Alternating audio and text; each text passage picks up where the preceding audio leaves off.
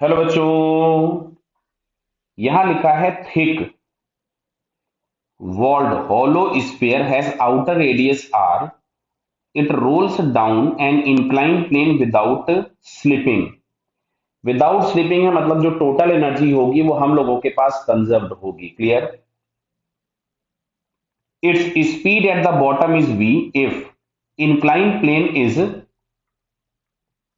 frictionless and sphere slides without rolling. The speed at the bottom is 5v by 4. What is the radius of gyration of the sphere? Clear है। तो पहले वाले case में pure rolling हो रही है, मतलब जो भी एनर्जी हमारे पास होगी, मैं फर्स्ट केस की बात करूं तो ये आपको मिलेगा M G H is equal to half M V square plus half I omega square. Clear है।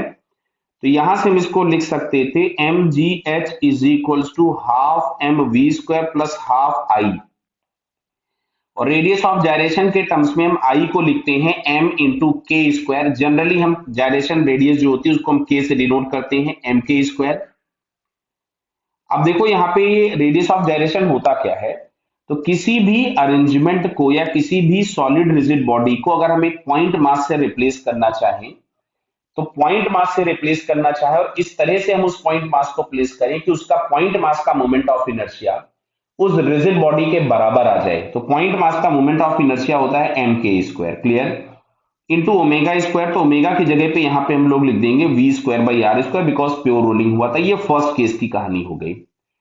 सेकेंड वाले में बोला गया था कि फ्रिक्शनलेस सरफेस है, यानी कहीं भी कोई भी रोलिंग टाइप की चीज नहीं होगी, अकेला एक फोर्स लगेगा एम जी साइन थीटा, तो केवल ट्रांसलेशनल मोशन होगा। तो सेकंड केस के लिए अगर हम कंडीशन लिखेंगे तो हमें मिलेगा M G H is equal to half M into V square. पूरी एनर्जी केवल ट्रांसलेशनल फॉर्म में जाएगी, और वी हम लोगों को यहां इस क्वेश्चन में दिया हुआ है 5v/4।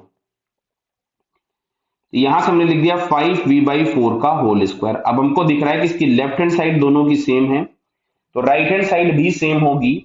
तो यहां से अगर हम इक्वेशन की दोनों की राइट हैंड साइड को इक्वेट कर दें तो मिलेगा ये 25v² अपॉन 16 दिख रहा है, बताइए, is equals to half M V square plus 1/2 M K square V square by R square. और आपसे क्वेश्चन में उसने रेडियस ऑफ जायरेशन पूछा है, तो सभी जगह से पहले मैं m/2 कैंसिल कर देता हूं, है ना। ठीक है, फिर यहां से सभी जगह से वी स्क्वायर कैंसिल हो गया। एक काम करते हैं, नेक्स्ट नेक्स्ट स्टेप और लिख लेते हैं हम लोग। तो it is 25/16 is equals to 1 plus K square by R square. Clear है। तो यहां से अगर हम लोग लिखेंगे तो हमें मिलेगा K square by R square is equals to 1 minus 25/16। तो बेटा ये तो हम लोगों को समझ में आ रहा है, ये हो गया 9/16 के स्क्वायर बाई आर स्क्वायर। तो यहां से हम के बाई आर की वैल्यू अगर फाइंड करें तो क्या K by R is equals to आपको 3/4 मिलता है। दैट मीन्स जो रेडियस ऑफ जायरेशन है this is 3/4 times of radius. Clear है, बताइए। तो चेक करते हैं, यहां से के बराबर 3/4 टाइम्स आर किस ऑप्शन में दिया हुआ है, तो 3/4 टाइम्स आर बेटा ये थर्ड वाले ऑप्शन में दिया है। So finally it's third answer is correct. Clear बेटा। Okay, all the best.